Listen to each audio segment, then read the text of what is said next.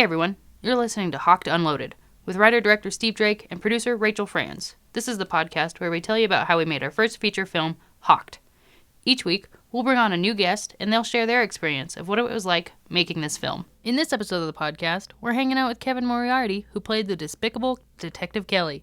He brought a life to the role we never expected, but loved. We hope you enjoy it.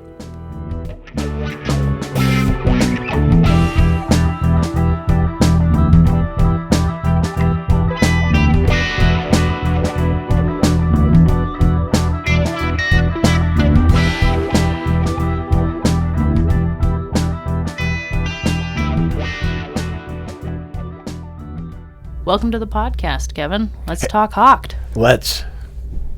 Oh, okay. I hate you. I hate you so much. No, I was holding on to that one. Sorry. Rachel has the ability to edit all these, so. And she really likes to do it. Because I have so much fucking time in the day. Yeah. Okay.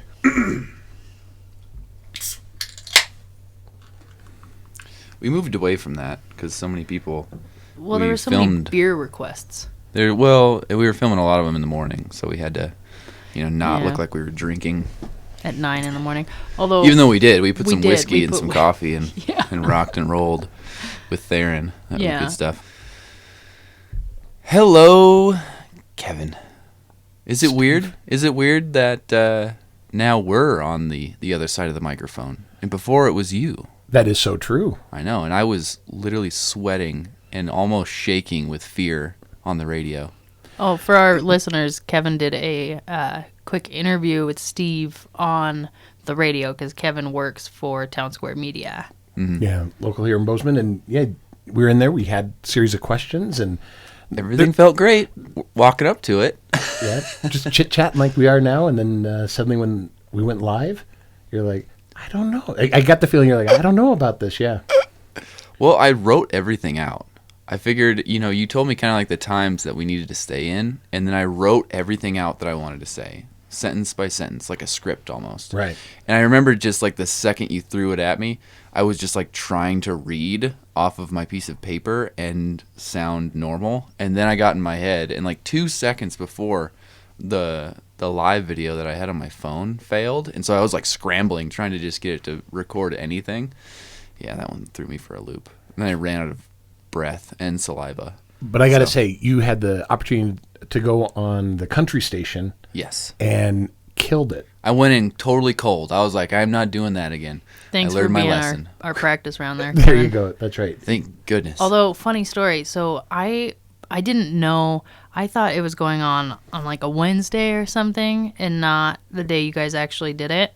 So I was listening to the radio, waiting for it, and I heard you come on and you were talking about how there was like a robbery in town and to check out the website and to stay tuned for more information. And I texted Steve. I was all excited. I was like, oh, that's so cool. He's like leading up to it in a creative way and like it's not just an interview. And then Steve was like, I'm doing it tomorrow. That's a real robbery. That's a real robbery, you idiot.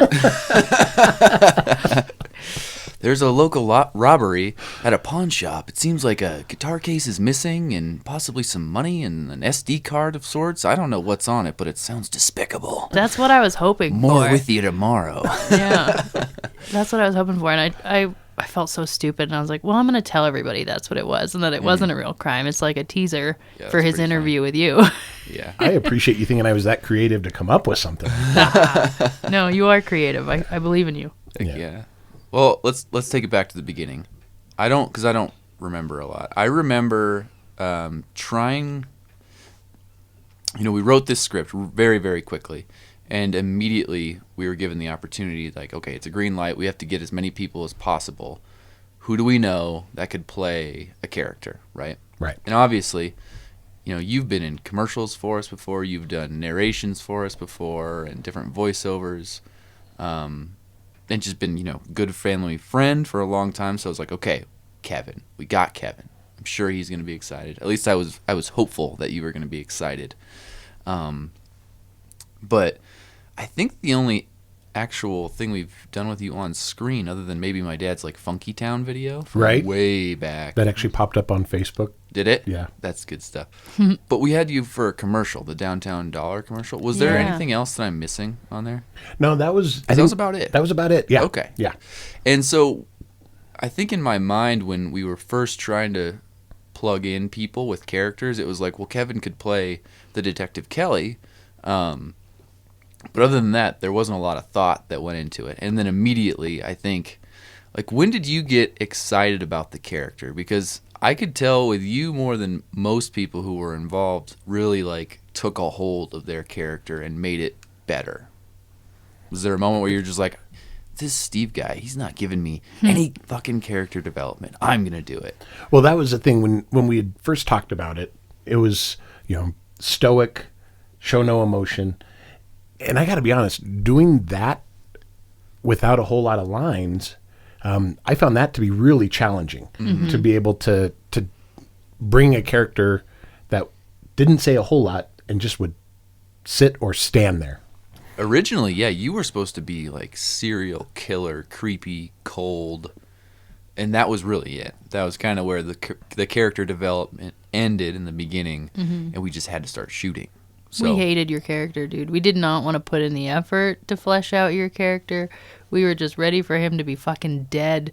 And then you came in and you did such a good job that we're like, well, hold on. Maybe there's more to this guy than we thought.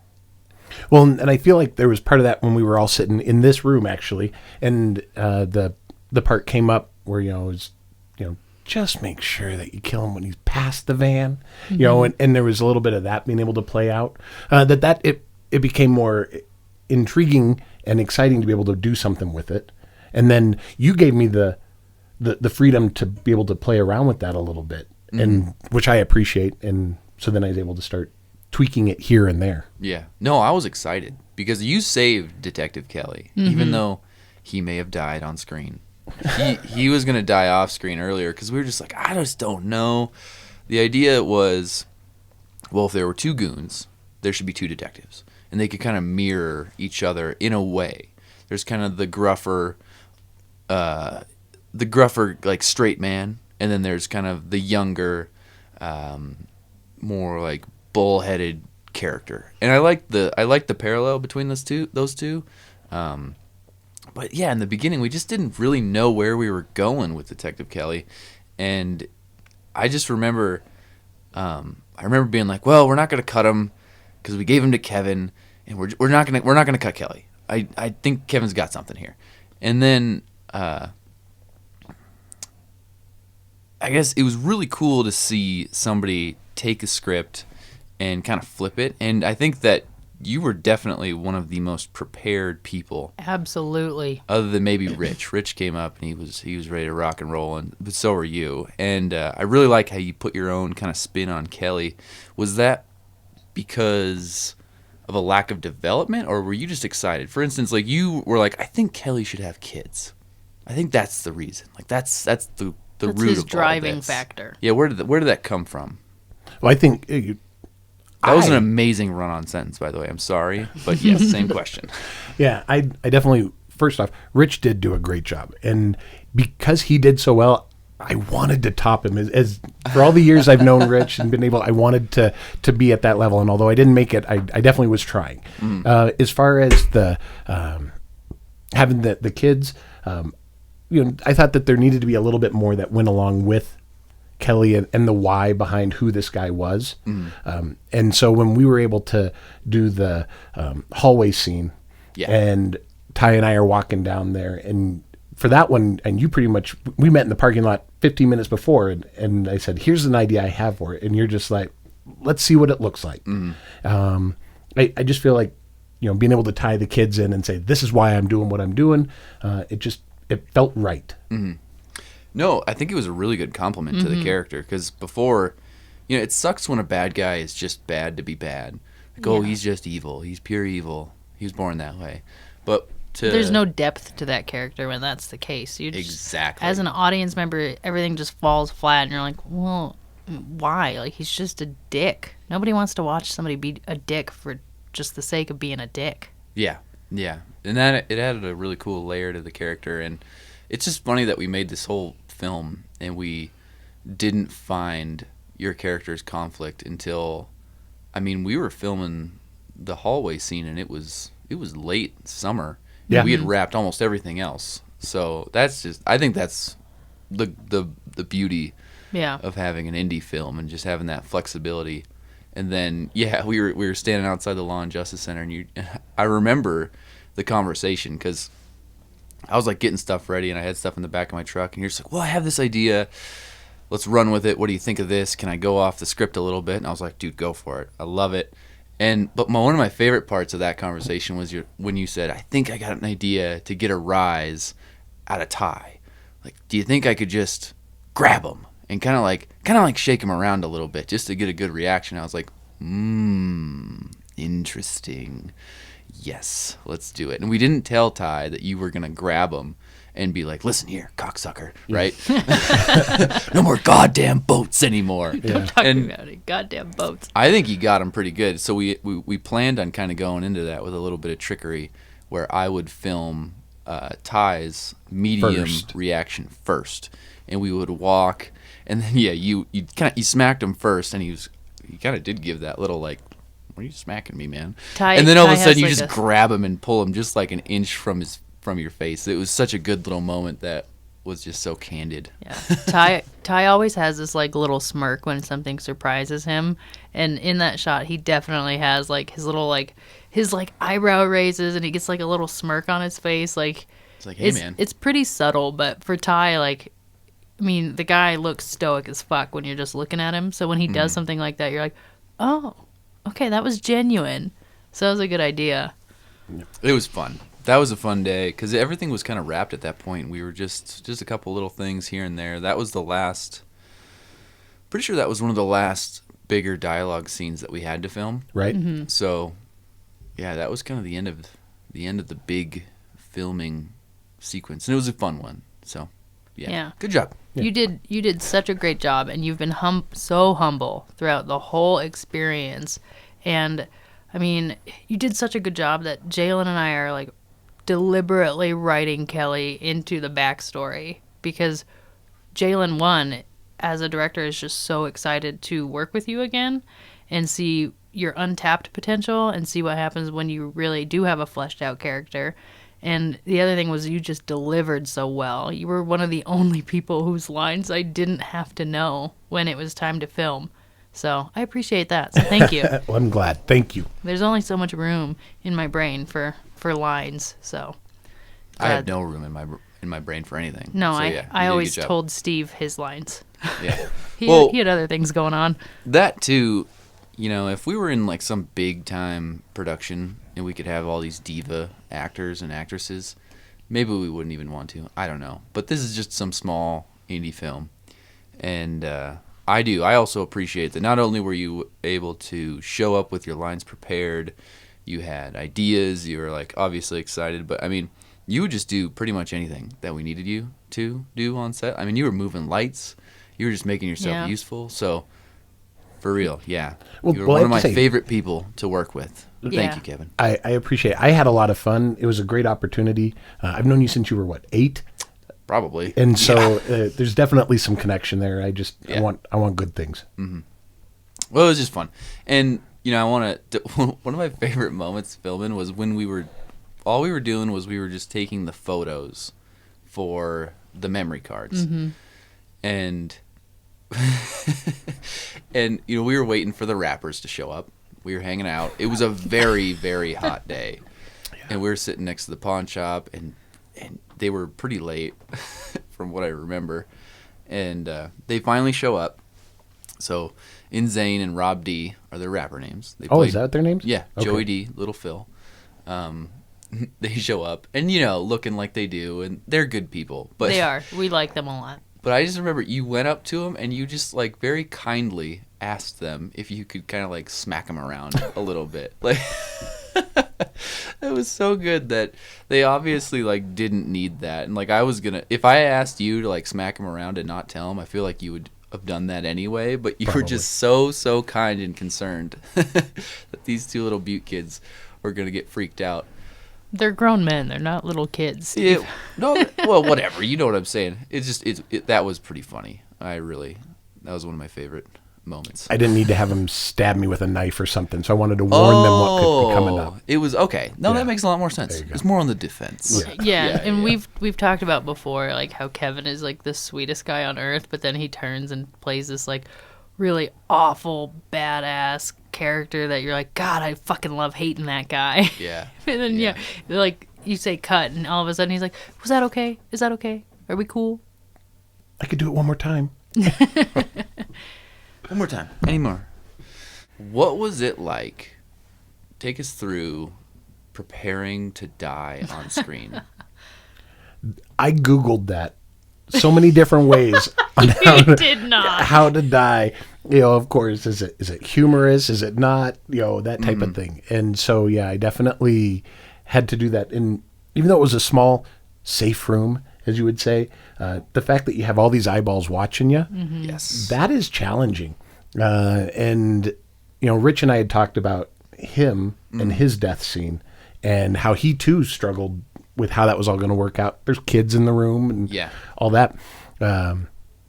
So yeah, that was one of those things that was challenging. And I was telling a friend about that, and I was acting it out at a bar one night, like, here's how I died. And, you know, everybody was just laughing their ass off. And I was like, oh, Jesus Christ, this is not going to That's after we filmed. After you've filmed, after we'd already done it all. Okay. I was talking to a friend of mine. I was like, so this is how I did it. And they're laughing. I was like, how he pulls this off, I don't know. And so it was definitely, you made it work well. Mm-hmm. And, you know, a few little tweaks here and there. I think it looked good. And they even, because they came to the premiere. Oh, good. And so they had even said, holy cow, much better than the way we had expected. And I was like, that's the magic of Steve. That wasn't me. No, I'm going to say this. If you're reenacting it in the bar, how many beers have you had that you were like reenacting this? You know, also you're in a bar. It's a much like more casual setting, and you came in and died twice because we had you die the first time and there was a bunch of people on set, and the second time that you died, which is the death we used. Yeah, we were. I wasn't. We were I all was upset. So I live in this little world where I'm in the viewfinder. The viewfinder. Right? And I remember doing your scene, and something kept happening. Dave, I didn't know what was Dave. happening, but all I needed was just the first reaction to, you know, your back was turned. Bang. You yell, "Fuck!" And then you turn, and then you just react. I just needed that shot. But Dave kept coming, like throwing shit at Kevin. Throwing shit Something at flew you. over my head at one point. Yeah, what was that? Because Like a I'm in this glove or little something. world where I can only see what the viewfinder showed me, and I was like, "What the fuck is going on back there?" Because everyone starts laughing. Because, well, Dave, throughout the entirety of filming, especially in like the shootout scene, Dave comes out and he keeps going pew pew bang bang and like saying bang bangs, the noise. And I'm gonna give him such a hard time when he's in here. Oh yeah, the bang at bangs one needed point, to go. Poor Kevin is trying to die in front of like 10 other people when really we don't need 10 other people there. And Dave learned. comes out and like throws shit at Kevin. So then Kevin's like, oh, I'm supposed to be dying, but that was really funny. And then like everyone is laughing. Steve's in the viewfinder and he's like, what the fuck is happening? Stop laughing. What is happening? So we had Kevin come in a second time and die with just me and Steve. And that's when we had you rigged up with the blood. Right. And we ruined your pants. Sorry. Oh my God, we still owe you still owe you pants, your dude. pants. We will get there. I didn't want to bring it up. But. The second Sony buys out our movie, you're getting a pair of pants. You're going to get the nicest fucking pair of pants that's ever existed. But no, that day, was there anybody else there, or was it just Rachel and I? Yeah, I think it was just the two of you. It was just the three And of us. maybe Yeah. Rich? Was Rich there? No. No, he wasn't? No. Okay. Mm-mm. I thought... Rich's body was on the floor behind me. Yeah. Right. We had the stuffed body. we Right. stuffed He was paper kinda in his there. clothes. Right. In spirit. Yeah. Right. Well, on that same vein, I mean, you brought your kids to the premiere. Was it... Just did they say your anything? daughter, I thought. No, my son and Campbell daughter was both there, came. right? Oh, okay. Yeah. They're both the stars. Well, I didn't see Cam. I just saw his daughter in the photos that Ingrid took for Yes. the backdrops and So stuff. he was there. Cam was there, and he was glad. At the last end, he changed his mind and wanted to go. Okay. And so we had to scramble to get an extra ticket so that we could get him in there. He enjoyed it, but when that particular scene came up, Yes. he actually grabbed my wife Heather and held on because he was nervous because we had sort of set the tone. Right. And so he was expecting it, and it definitely impacted him. Yes. But then everything was okay afterwards. Obviously, he's able to kind of lean and look and see that I'm still sitting there and everything was good, and it kind of came together for him. What a strong kid.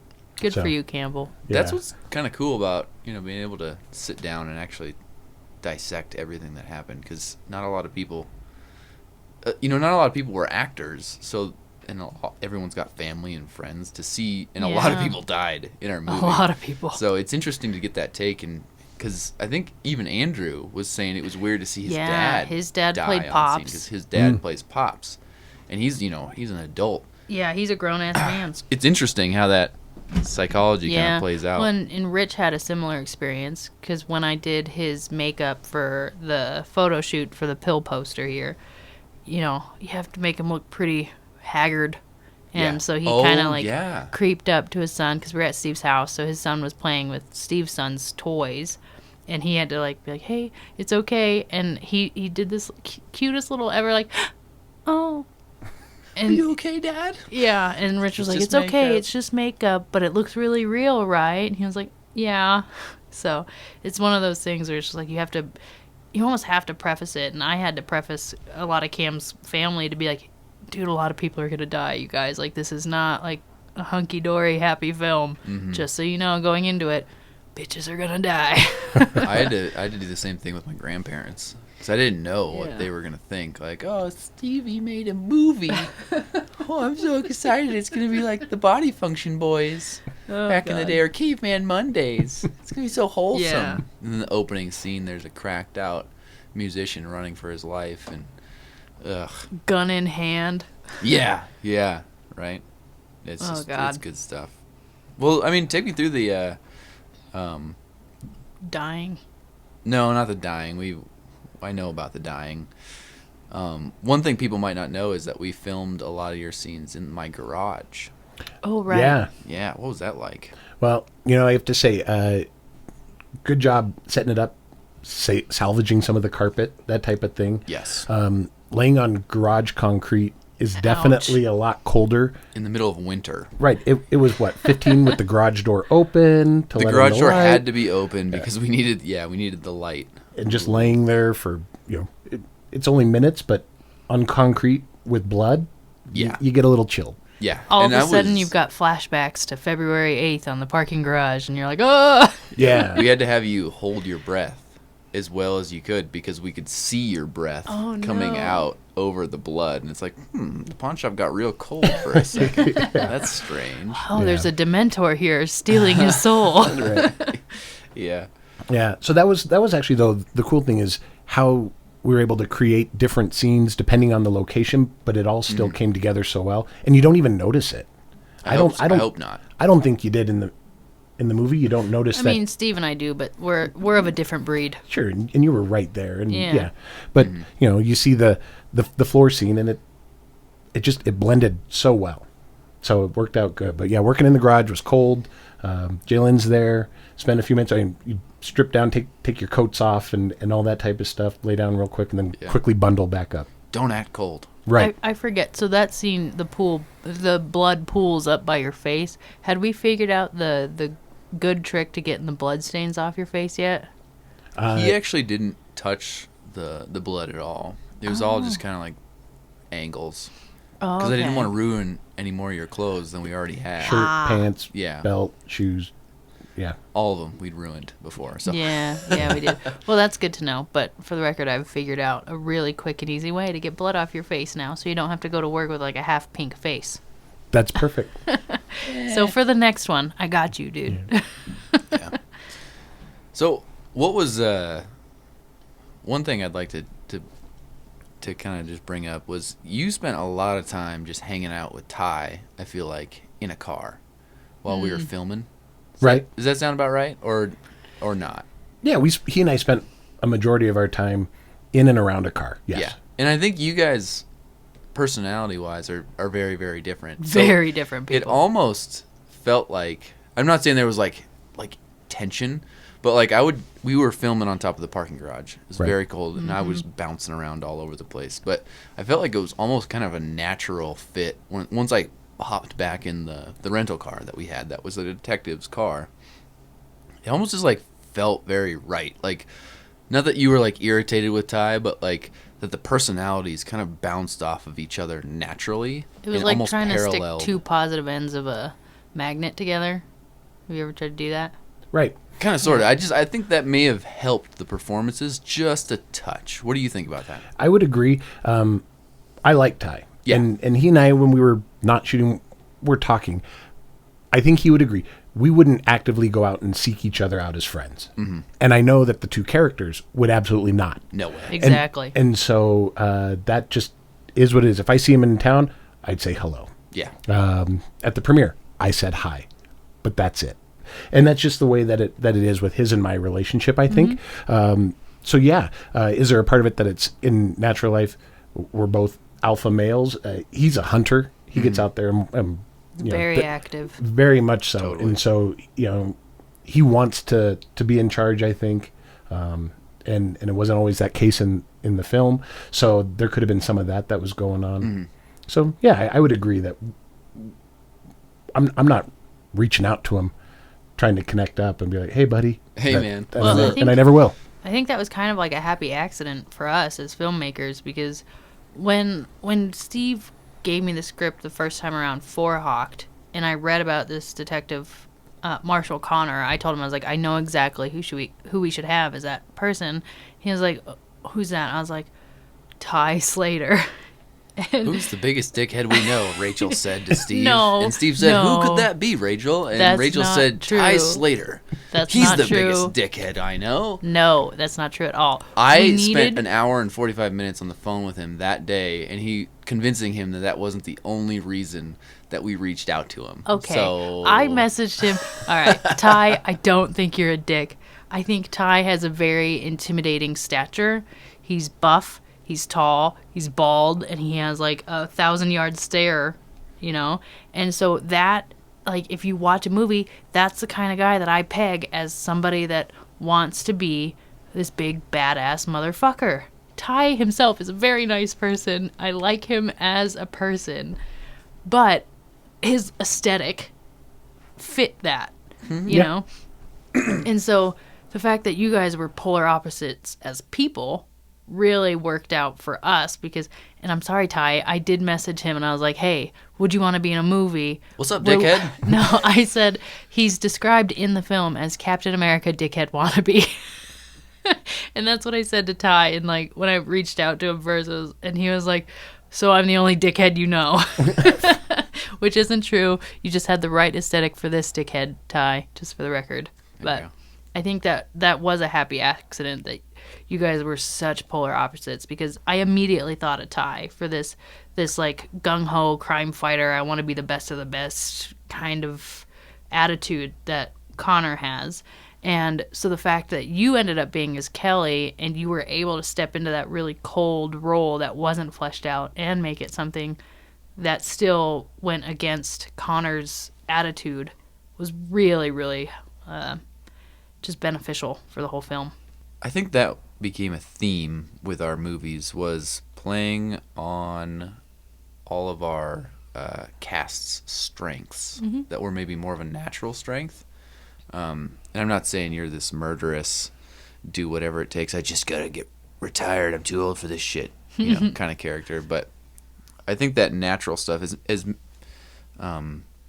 maybe you could talk about this a little bit too. Like, anytime you can pull on someone's natural abilities instead of making them act, if they don't have a lot of acting abilities, it seems to kind of bridge that gap a little bit. Or at least that's what it seemed like in Hocked. Everyone that was picked for their character could bring a little bit of themselves into that character. I would agree, and I think that you guys did a good job being able to find the right people and do so. And then when you think, as just non-paid, just first-timers, I think everybody pulled together and wanted to do well and make it a success. Mm-hmm. So we're all working hard to make sure that it turned out well. And I have to say, you guys definitely did help guide the direction. Something I think about, I haven't admitted to, I'm embarrassed to say, is that, Rachel, you had to show me the right way to hold the gun walking through the pawn shop. How bad is that? I forgot about that. But immediately, come through the first time and stop. Do you know how to hold this right? Well, You're going to blow your fingers off, Kevin, if you hold the gun like that. Yeah. I'm sorry if I came off as an asshole. My patience was running very low that day. We had a lot of people on set for that. And if you watched the film, the first chunk of you coming in is the first take that you did, so you are holding it incorrectly. Oh, no. But then when you come up and you find the body, it's the right way. So there's a little Easter egg for everybody. But Only gun people are going to catch that, and it's going to piss them off. I know it will, That's the best part. But so, and I hope that I wasn't super cold about it, but I do remember being like, Kevin, how often have you held a gun before? And I think you're like, never. And it was a real gun that he was holding. He wasn't holding a prop gun or anything. Obviously, it wasn't loaded. We're not idiots. No, Kevin's gun wasn't real. It was an airsoft gun. Oh, was it? Yeah. Okay, well, that's good. Itty bitty. It looked like a big, nasty, dirty, hairy. For some reason, I thought revolver. that he used one of your guns, your No. personal firearms. No. I guess you've only got one revolver, huh? Well, one big revolver. Okay, never mind. Anyway, Yeah.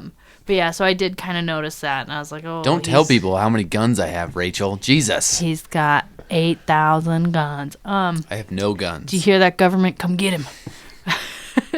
But yeah, I did notice the way you're holding it. I was like, oh, he's gonna fucking hurt himself if that's the way he holds it. Well, that was a big thing for us in the very beginning. It was like I get pissed off when people call a gun magazine a clip. Mm-hmm. There's a difference in a gun magazine and a gun clip. They're not the same thing. And people use the term clip very interchangeably. Like, oh, I changed the clip in my Glock. Well, no, you didn't. No. You put a clip in your hair, you idiot. Yeah. Like, a clip's different. It's not the same thing. You put magazines in Glocks. Glocks Exactly. don't take clips. And that's They're just like a different. personal issue I take with many movies, too. Or when, I just watched the scene in Dirty Harry, and he's running around with his 6-shot revolver, and like the opening gunfight, he shoots that thing like 12 times. Oh, yeah. No reloading. Well, wait a minute, Mr. Eastwood. Yeah. Doesn't quite work. So we tried our best to actually stay true to a lot of that stuff, just so we didn't run into that, because it would have irritated us. Well, we both used to sell firearms as part of our job. Like, it used to be our job to know that kind of thing, and Cam's stepdad is always saying clip, and every time, like, I can't help it, because Steve taught me, similarly to how he taught me everything I know in video, he taught me everything I know about, like, working in the pawn shop, because he trained me, and so it's just like a tick. I can't change it, but if I hear somebody say clip, I go, magazine. Like, I just can't stop myself. Clips go in your hair, unless you're shooting an M1 Garand. Yep, an old-ass fucking gun from World War II. Yeah. So otherwise, you're not using the end of clips. that. Now you know, Kevin. No, I do. I appreciate that. And if you ever say clip in front of me again. No. I'm sorry if I came off as like an asshole being like, you're not fucking holding that gun right. You're going to blow your goddamn fingers off and that kind of thing. Like, I just picture myself as an old decrepit man yelling at somebody for dropping their gun in the mud. No.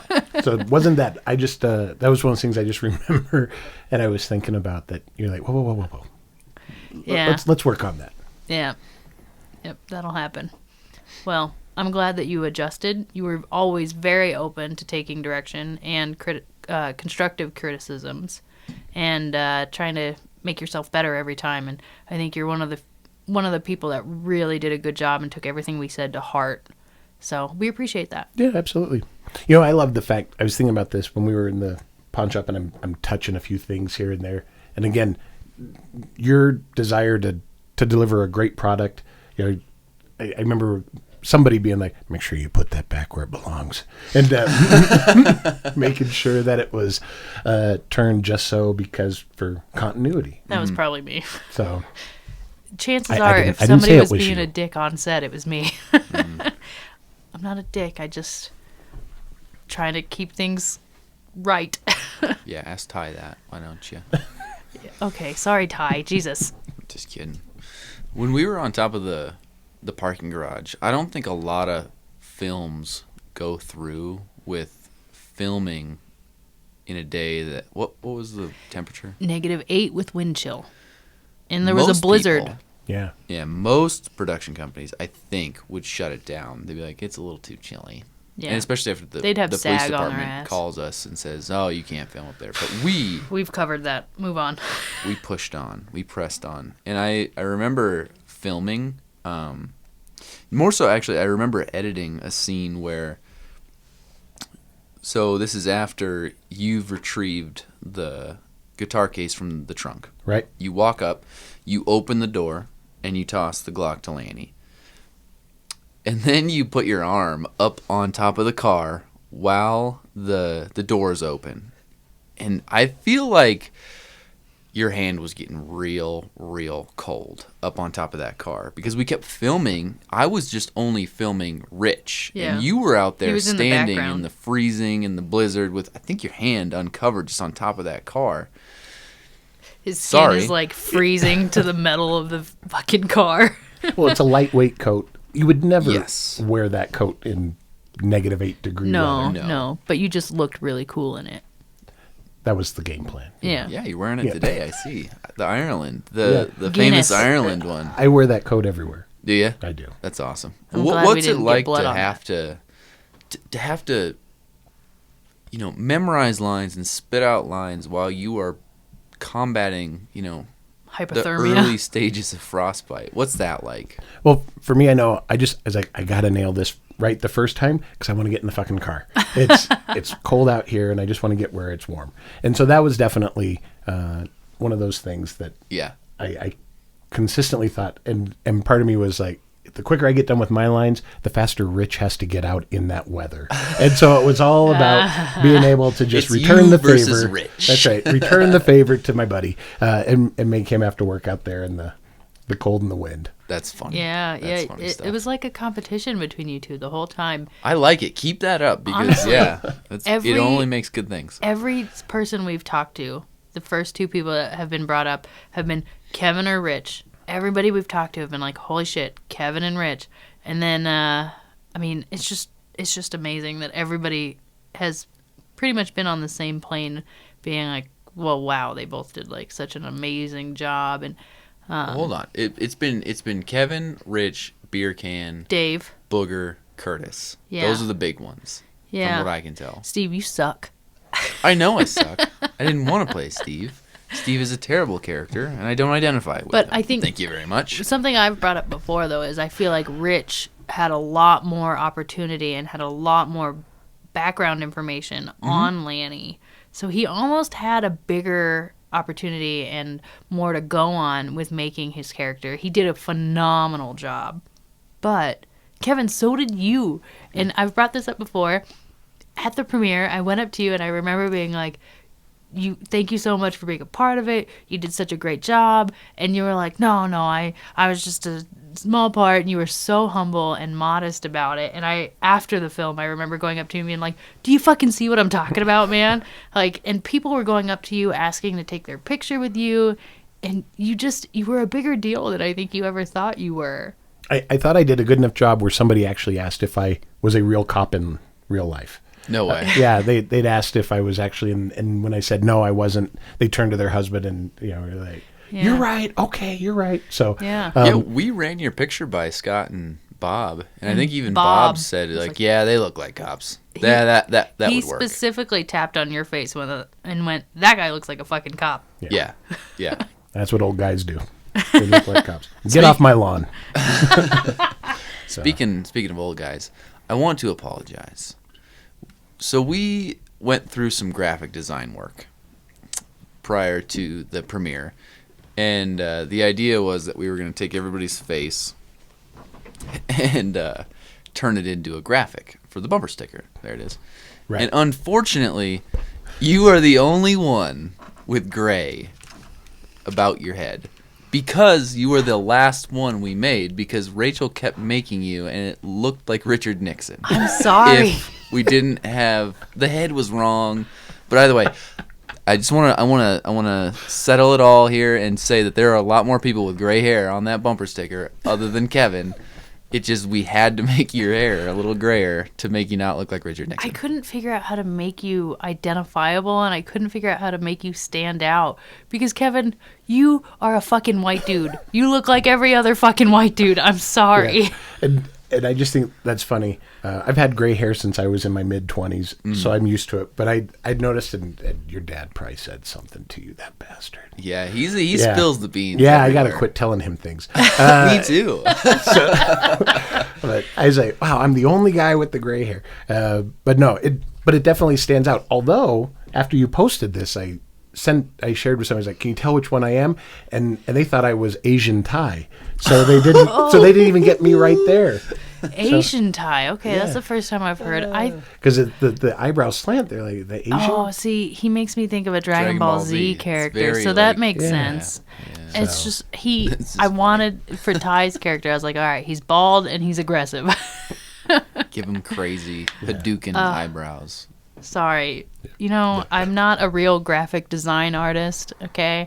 I don't actually know what I'm doing, but I just know that Steven is absolutely the most identifiable, but I stare at his fucking face for 8 hours a day.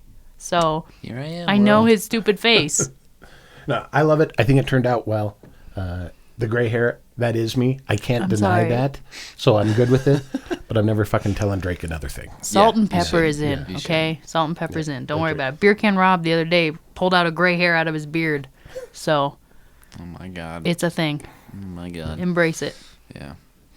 Well, I can't imagine anything other than that day on the parking garage was the hardest day of filming. But I guess what was the most difficult aspect of coming in as someone who doesn't have any acting experience and playing a pretty predominant role in this movie? What was the most difficult thing for you? Again, early on, being able to act and not have lines, but have to have the facial expressions to try to deliver the message that we wanted to get across. That was one of those things. I never thought that would be as tough as it was. Almost reacting. Right. Was the harder part? Yeah. Okay. And so that part was interesting for me, and being able to come along with that. The death scene. It's embarrassing. It was in front of everybody. That was a little bit tough, but it was still it was fun. I love your death scene. I think I thought you you do did this. a There's great this job. little subtle curl in your lip right before, Ooh, yeah. like you make eye contact with the man who shot you, and you just like growl at him a little bit. Yeah. And it's such a good little thing that I definitely didn't tell you to do. So Yeah, I you're a liked it. natural, dude. Well, You it was did a fun. great job. I enjoyed doing it. That was Yeah. for sure. that's And good. I didn't act in this, and so for me, like, it's easy to Not be like, true. okay, Yeah, you were Jay's friend. You I were the bought dispatcher, DVDs. and you were back of head girl. Okay, my face was And in it for Jay's about stand-in. half a second. My face is in it for half a second. I don't have any lines, right? I buy DVDs. That's like the biggest part I'm in. Anyway, but you don't think about how much goes into the fact that, like, you're in a scene with somebody and somebody else, it's like their time to shine. It's their line. And you have to stay in that character. And you can't just, like, let your brain shut off and be like, okay, I'm Kevin listening to this person talk. You have to be like, I'm still Detective Kelly. I'm an asshole. I hate this guy. I'm listening to this guy fucking talk about boats. You know? So, I don't know, maybe I was a little hard on people during filming, being like, just do it. So, but we appreciate that, you stayed in character and you're like, I fucking hate this guy. I have kids. I just want to retire with my children and not listen to this stupid young asshole talk about boats. And this guy throw shit at me as I'm trying to do my dying scene. Well, when you think about Connor, if you really thought about working with that guy, you wouldn't want to sit next to him day he in would and be day out. miserable. Yeah, No way. And again, Ty is an awesome person. he is. He played his character very well. Connor is a fucking miserable asshole. Before we bust out of here, I wanted to ask you just a little bit about the premiere, only because I was so intoxicated that I don't remember a lot of the premiere. But going into the premiere, did you have anybody kind of look at you? Because I think you were pretty heavily involved in the trailers we put in there, versus at the end of the movie were people more so looking at you. Yeah, I definitely noticed afterwards, even more so, that people acknowledged positive, negative, I guess, being on the radio and that type of thing, I do get recognized or Your voice. my voice, people hear it. So I definitely have people stop me like, how do I know you? And that type of thing. Through like But- drive-through orders, they're like, "Oh my god, oh my god, the moose guy wants a double quarter pounder." Jesus. So that was one of those things. And, I knew quite a few of the people that are in the movie, of course. And so getting to say the hellos. But afterwards, having people come up and want to talk more about it and asking about the character and my previous experience, that was cool. That's a lot of why you do what you do, right? And, Right. So that was a lot of fun. And That's cool. I'm glad that I had that opportunity to participate in that. Yeah, people at work, they all watched the trailer. Some of the people I work with came to the trailer, Oh, or good. to the premiere. Yeah. And we were able to have some fun with it. So it was definitely a good thing. That's awesome. Yeah. That's awesome. Well, is there anything else that we're missing? I know we've talked to quite a few people, and a lot of things have come out of the woodwork, only because this movie moved so fast. Do you have any other things about this movie that maybe we missed, or funny anecdotes or anything? I'm trying to think at the moment. I can't think of anything that's coming to mind. That's good. That's good. Yeah, you've probably covered all the main ones that, whether it's being out there in the cold or laying on the concrete or any of those type of things. So Right. Yep. We do have a final question for every guest we've had on so far. And it's the most important question. Who wins? Booger or the Bobcat? Oh, I would put my money on the Bobcat. Oh, thank God. Hey! Kevin's a genius. Thank God. You have an IQ. Yeah. Tell us why. Booger's a good guy, but that motherfucker's gonna die. That's all I know. So That's my favorite response so far. Yeah, we've gone into like huge tangents about like the physiology of a bobcat versus a human, but that pretty well sums it up nicely. and bobcats are fast, right? Oh, my yeah. God, Wicked they're fast. Yeah. I just watched a video the other day of a bobcat, and it gets up on a mule deer in like 2 seconds, and I'm pretty sure it killed it. Like the video didn't go on long enough, but it just clamped down. We made an entire movie so Steve and Josh could live out this argument. It's true. And Josh right now is probably listening, just furious because he hates it. He thinks he's being portrayed unfairly. I'm sure of it. He heard his shoulder falling over that counter. What's a bobcat gonna do to him? We'll have to put that in the behind the scenes though, because I've got some videos of Josh being pulled over the counter by Ty, and we've got like the thinnest, most pathetic little crash pad, and it's hilarious. And we probably did that 4 or 5 times, and Josh only hit the crash pad like once. He missed it every time. Yeah, that crash pad is sad. I don't know if it's a real crash pad. No, you take it camping. I don't really know what it is. I mean, a real rock climbing crash pad is supposed to save you if you fall. Like, That's not I'm a talking out of crash pad. school, but I think I'm like talking 20 about like feet, you fall on a crash pad, you're not going to like be dead. You might be like paralyzed, but you're not dead. Oh my God. This thing is just, Piece like of 2 to carpet. 3 it's inches. 3 layers of like 3-inch, 4-inch foam, and it's just Yeah. like cheap foam. And- so if you stack it up 3 layers deep, it's solid. Yeah. It'll stop your fall. But Josh is like 12 feet tall. Yeah, and so he we had to falls on have it that all thing that's spread out. It was all spread out. it was So it was basically only just like 3 inches that he Flipping had. over a It was granite fun. counter. Yeah. It Every was time awesome. you'd pull him over, he'd miss the pad. Yeah. That type of thing. Yeah, and he always had like the great little scream. He does such a good job at that little that little scream. And it's when you're talking to him like face to face, you would never think that noise could come out of this gigantic human being, but of course it does, and it's hilarious every time. It's probably one of my favorite days of filming. It was a nightmare to film that whole thing, but just Josh screaming coming over the counter just makes it so worth it. That was a fun one. Yeah. Well, again, thank you, Kevin, for everything that you did, everything you brought to the character. It made it such a much more thoughtful character, and I'm really excited to see what you do next. I'm excited to see what you're gonna do next. Oh shoot! We've got like 10 different projects in the works. We'll just see what gets finished writing-wise first. I mean, mine will. I'm way faster than you. Steve is way faster. We're going to do a different project, but Detective Kelly will make a resurgence at some point. So stay tuned. But that's all we've got for this week. Thanks for talking Hocked, Kevin. Thanks much. Next week, we're joined by Corey Curry. She's been in the pawn business her entire life, and she has a small cameo in the film. She gives us her insights on how realistic the film was from the pawn industry side of things. Keep up to date on all the Hocked things that we're doing and where we're doing them by following us on all the major socials at Hocked the Movie.